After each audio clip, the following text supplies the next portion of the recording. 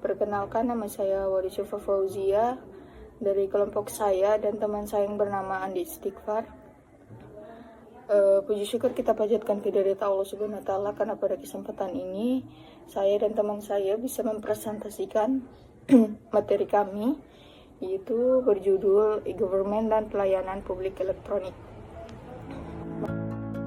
Dalam era digital saat ini, perkembangan teknologi informasi telah membawa perubahan signifikan dalam berbagai sektor, termasuk dalam pemerintahan e-government atau pemerintahan berbasis elektronik, yang merupakan inovasi dalam administrasi negara yang bertujuan meningkatkan efisiensi, efektivitas, transparansi, dan aksesibilitas layanan publik.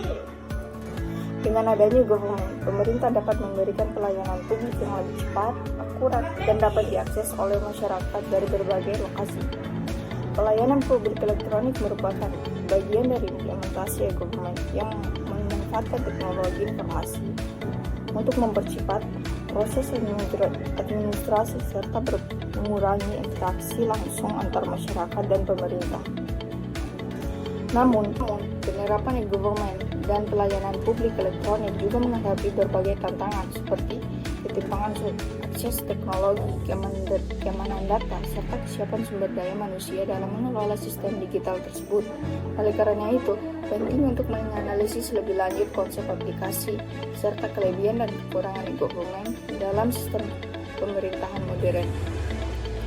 Kemudian untuk perumusan masalah yang pertama itu apa yang dimaksud dengan e-government dan pelayanan publik elektronik, bagaimana aplikasi government dalam pemerintahan, dan apa saja kelebihan dan kekurangan dari e-government dan pelayanan publik elektronik. Kemudian bagian C tujuan penelitian yaitu yang pertama menjelaskan konsep e-government dan pelayanan publik elektronik. Yang kedua, analisis penerapan e-government dalam pemerintahan. Yang ketiga, mengidentifikasi kelebihan dan kekurangan e-government serta pelayanan publik elektronik dalam sistem pemerintahan.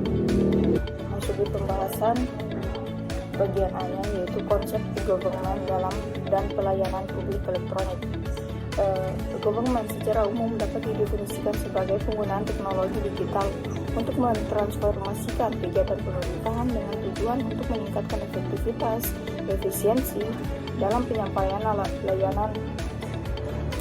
E-government merupakan suatu proses sistem pemerintahan dengan memanfaatkan informasi, communication, and teknologi sebagai alat untuk memberikan kemudahan proses komunikasi dan transaksi kepada warga masyarakat, organisasi bisnis, dan lembaga pemerintah serta stafnya, sehingga dapat dicapai efisiensi, efektivitas, transparansi, dan pertanggungjawaban pemerintah kepada warganya.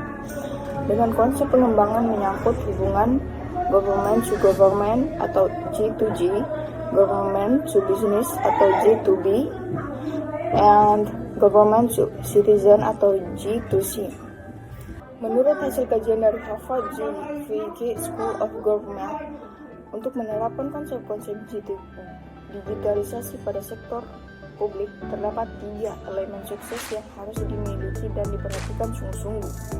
Adapun elemen tersebut adalah sebagai berikut. Yang pertama yaitu support.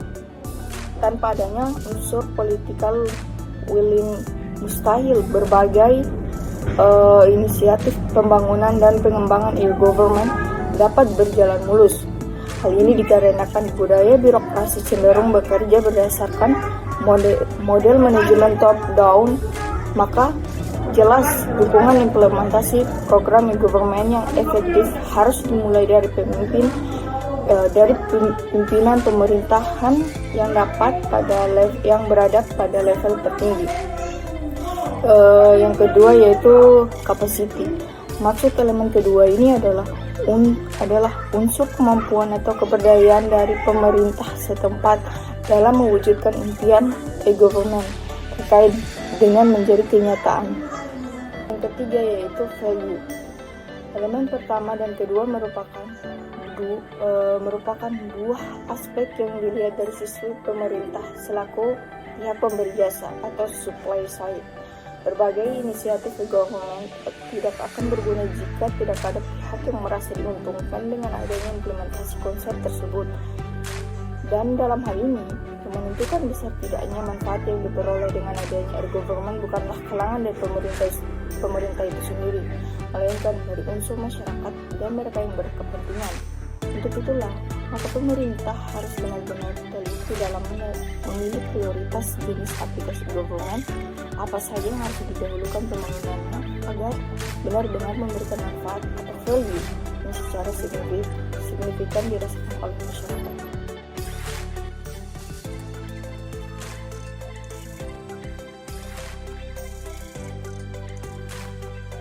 Aplikasi yang pertama ada SIAK atau Sistem Informasi Administrasi Kependudukan. SIAK adalah sistem berbasis teknologi informasi untuk pengelolaan data kependudukan di Indonesia. Layanan ini mencakup seperti KTP, kartu keluarga, akta kelahiran, dan akta kematian.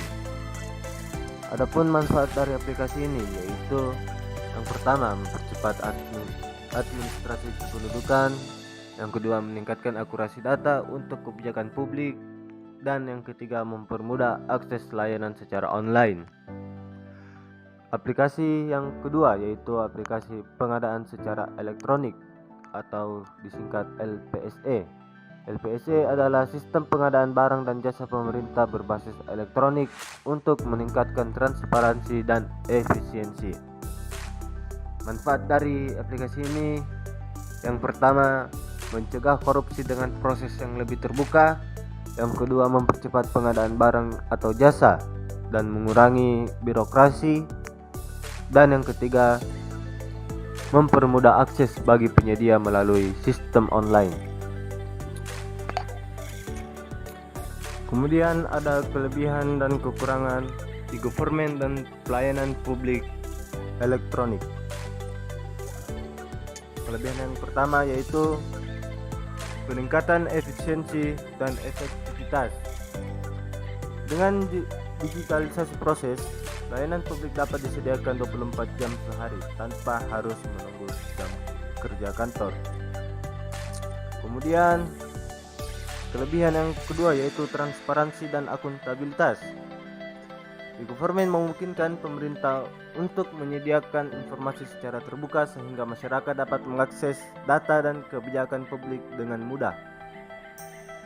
Kemudian kelebihan yang ketiga yaitu aksesibilitasi layanan.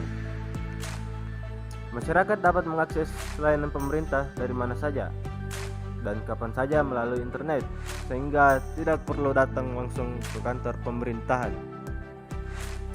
Kemudian kelebihan yang keempat yaitu pengurangan biaya.